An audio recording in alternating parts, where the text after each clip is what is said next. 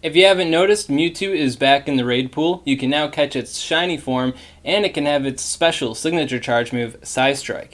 In this video, I'm going to be going over just how good Psystrike Mewtwo is and how to best counter it. So starting out, Psystrike. Yeah, it had a pretty bad rap before. If you saw my old video on Psystrike, I was like, yeah, it's okay. It's kind of as good as Psych. It's got these niche uses, right? Well, Niantic updated the Game Master before Psystrike's released and made the move completely busted. So it's on the level of Community Day charge moves like Blast Burn, Hydro Cannon, Frenzy Plant. It's on that level now. And it's on Mewtwo. Mewtwo, really good stats, and now Mewtwo has an extremely good charge move. With this charge move, Mewtwo is now the best Pokemon in Pokemon Go. Rayquaza, best neutral DPS, no longer. We got Mewtwo now. Kyurem Black, or Kyurem Black, however you want to pronounce it, correct me in the descriptions, I know you're already working on it. Yeah, Mewtwo, better neutral DPS than that guy. So Psystrike Mewtwo is probably going to be the best Psychic type for generations to come, barring any new exclusive moves happening on some future Pokemon. Now that we know how insane-o powerful Psystrike Mewtwo is, how do we beat this thing? And what better to use to illustrate countering Mewtwo than a nice graph? So if you're not familiar with my graphs here, the y-axis here is damage per second, so how quickly you can deal damage, and then the x-axis is total damage output, so how much percent of the raid boss's HP one Pokemon will take out on average before going down itself. So in that sense, the more up and to the right you are, the more powerful your Pokemon are going to be. Now this graph in particular is using level 40 counters against the tier 6 Mewtwo raid, using all of its movesets averaged with no dodging and best friendship. To clarify, with all movesets being averaged, Psystrike and Shadow Ball are not in the mix.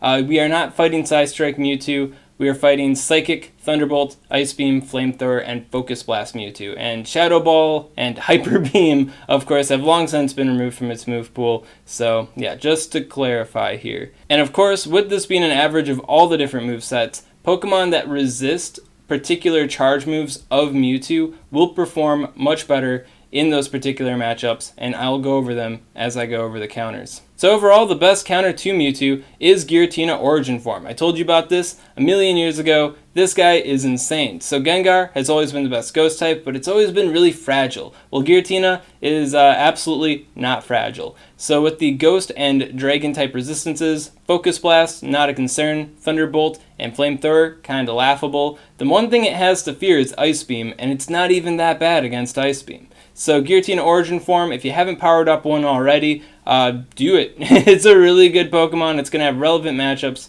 for generations to come. Psychic types are very popular in raids, so yeah, go this guy. Moveset being Shadow Claw and Shadow Ball. Another interesting thing to note with Giratina Origin Form is you don't even have to max it out. Level 33.5 is basically on the level of all other Pokemon at level 40, if not much more powerful than them. So you don't even have to break the Stardust Bank. Level 33.5, get it up there, and you're going to be pretty set to go. Unless, of course, you're trying to do a duo or something. Then you might be cutting yourself a little bit short. Now, the next best counter gets to be kind of murky because it gets to be a little circumstantial. Personally, I'm in favor of Tyranitar. Tyranitar is ultra tanky. It is a dark type Pokemon, and it's really easy to get. It's been around since Generation 2, and it's been in the Tier 4 raid pool ever since raids have been a thing. It's even had its own community day, so chances are you have a Bite Crunch Tyranitar, and if you don't, chances are you can easily trade for it in your community. People most likely have tons of Tyranitar. I got tons of Tyranitar, and I hardly actually play this game anymore, right? Yeah, so Tyranitar is a pretty good boss. Big problem that Tyranitar has is Focus Blast. And, as you guys may be aware, Hydreigon is now in the game. Just got released with Gen 5. Very exclusive Pokemon. It's a pseudo-legendary like Tyranitar is. Are you going to be able to get one before Mewtwo leaves? Probably not, unless you're using like a scanner and you're hatching a bunch of eggs. At any rate, Hydreigon is slightly better than Tyranitar as a dark type. It's not as tanky as Tyranitar at a base, but it does have higher damage and it has more resistances than Tyranitar has, or better resistances, if you will, because it's sub-dragon type. So with Bite and Dark Pulse, really good option there if you can get it. Hydreigon. I wouldn't lose your mind over it though. But with the Dragon-type resistances, Hydreigon also resists the Flamethrower and the Thunderbolt, much like our friend Giratina, but packs a weakness to Focus Blast, much like Tyranitar does. So, and Ice Beam. Ice Beam, Focus Blast, watch out Hydreigon. A very good option there. And then if you want to kind of scale down, you don't want to max out a Hydreigon, you don't have that much candy, you just hatched one.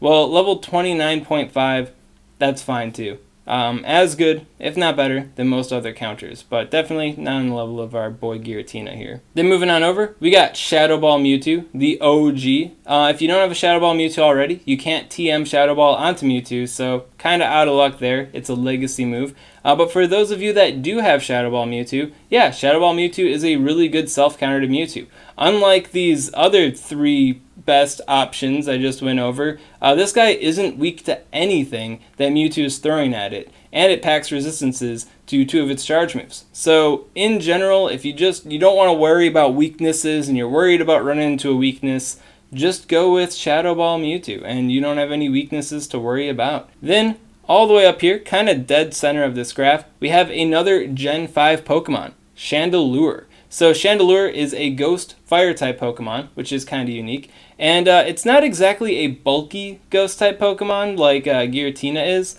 but it's not as fragile as Gengar, so it's kind of middle of the road, right? Not a bad option for sure. Really good Ghost-type. And unlike Giratina here, it actually packs a resistance to Ice Beam, which could be pretty niche.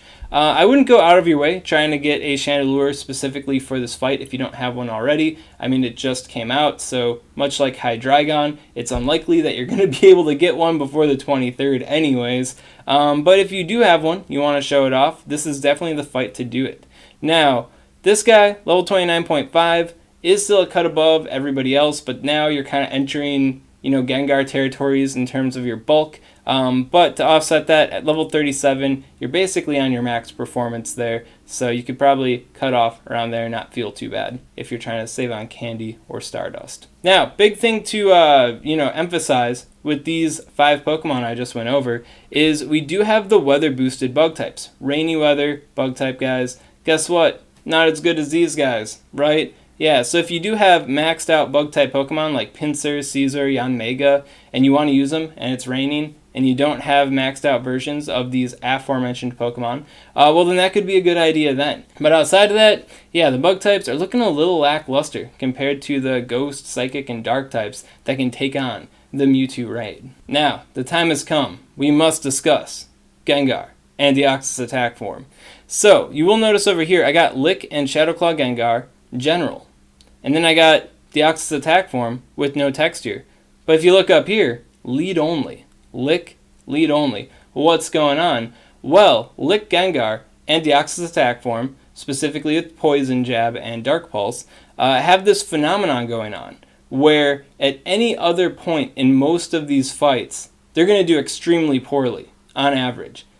But specifically in the lead slot, they do extremely well because of the circumstances of the beginning of the fight. Basically, raid bosses are more or less hard-coded to do a fast move for their first 2 attacks.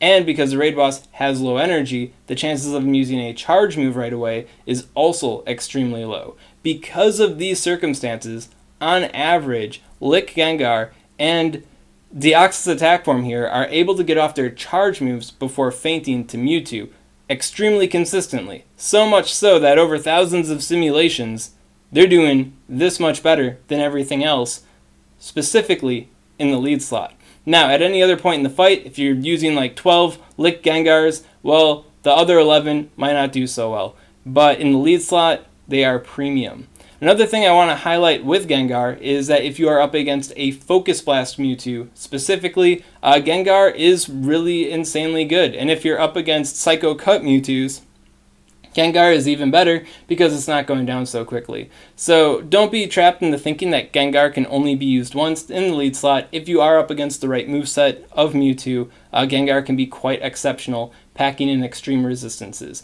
For example, it is Ghost Poison type, so Focus Blast, that is 3 times the resistance. Ghost, double resistance.